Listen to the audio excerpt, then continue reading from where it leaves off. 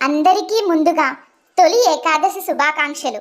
ఈరోజు మనం తొలి ఏకాదశి యొక్క విశిష్టత గురించి తెలుసుకుందాం. అందరూ శ్రద్ధగా వినండి. తొలి ఏకాదశి ఆషాఢంలో వచ్చే మొదటి పండుగ. ఈరోజు పూజలు చేయడం వల్ల ఎన్నో శుభాలు కలుగుతాయని మన పెద్దలు చెబుతారు. ఈరోజు మహావిష్ణువుని పూజిస్తూ ఆయన నామస్మరణ చేయడం వల్ల ఎన్నో శుభాలు కలుగుతాయి.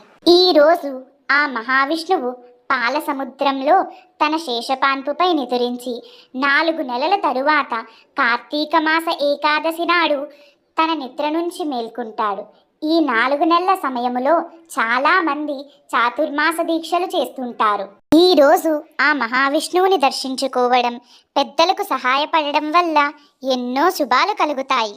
కాబట్టి ఈ పండుగను అందరూ సంతోషంగా జరుపుకోండి. పిల్లలు, ఈరోజు తొలి ఏకాదశి యొక్క విశిష్టత మరియు ఈ పండుగ ఏ విధంగా జరుపుకోవాలో తెలుసుకున్నాము కదా. ఇటువంటివి మీరు ఇంకా తెలుసుకోవాలి అనుకుంటే ఈ ఛానల్ని సబ్స్క్రైబ్ చేసుకోండి. అలానే లైక్ చేసి షేర్ చేయడం మర్చిపోకండి. సరేనా?